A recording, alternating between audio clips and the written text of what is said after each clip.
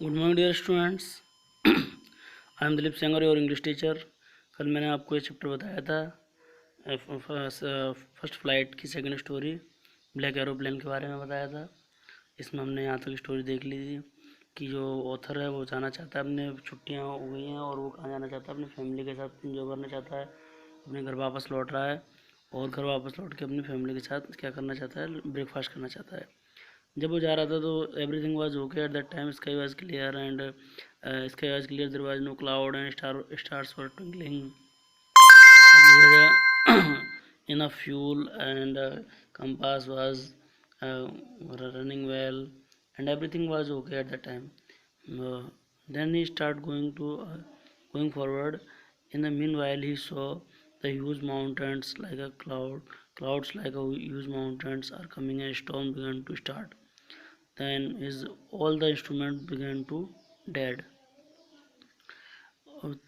That time he saw a strange aeroplane in that time, and there was no light, but he can see that the pilot, he was waving hand and saying follow me. यहाँ तक मैंने बेटा आपको बता दिया था। अब इसके आगे मैं आपको बता रहा हूँ। Follow me, he know that I am lost, उसे मालूम पड़ गया था कि मैं इसमें खो चुका हूँ। I thought he is trying to help me, और मुझे लगा कि वो मेरी हेल्प करने की कोशिश कर रहा है। He turn his aeroplane slowly to the north, और वो अपने एरोप्लेन को धीरे धीरे नॉर्थ की तरफ करता है। नॉर्थ मतलब डायरेक्शन का नाम है, उत्तर की तरफ। In front of my Dakota, so that, Dakota उसके एरोप्लेन का नाम है। So that he would easier for me to follow him, इसलिए कि मैं इजी तरीके से उसे फॉलो कर सकूँ। I was very happy to go behind the strange aeroplane like an obedient child. मैं एक छोटे बच्चे की तरह, एक आज्ञाकारी बच्चे की तरह उसके साथ साथ उसका पीछा कर रहा था। जैसे वो कह रहा था वैसे ही बात मान रहा था। After half an hour the strange black aeroplane was still there in front of me in the cloud.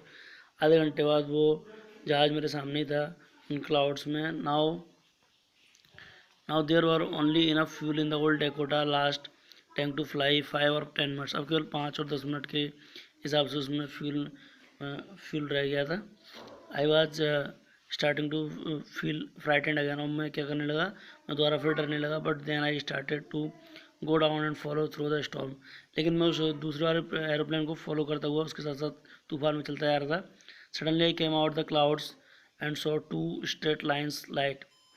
जैसे मैं उस क्लाउड से आगे निकलता हूँ तो क्या देखता हूँ, नीचे में 2 लाइन, चमकती हुई लाइन दिखती है मुझे। ये लाइन किसकी थी? एयरपोर्ट की थी।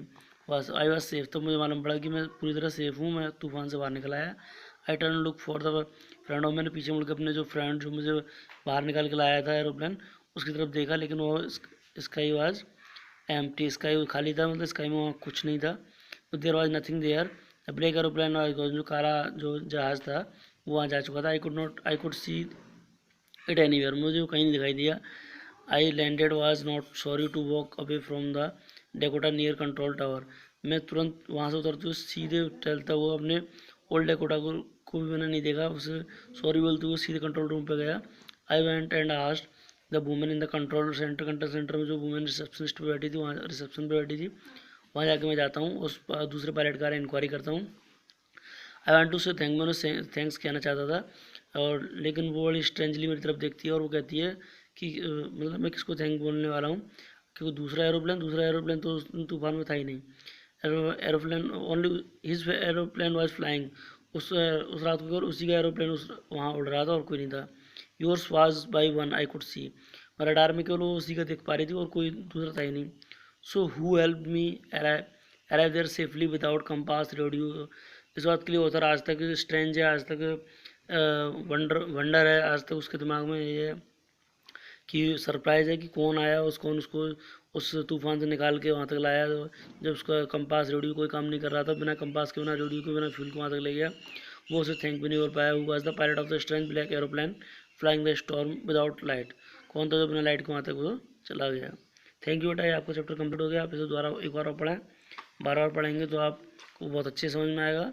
बहुत छोटी सी बहुत अच्छी सी कहानी है। थैंक यू बेटा। मैं इसके क्वेश्चन आंसर भी अभी डाल देता हूँ, आप क्वेश्चन आंसर भी कर लें।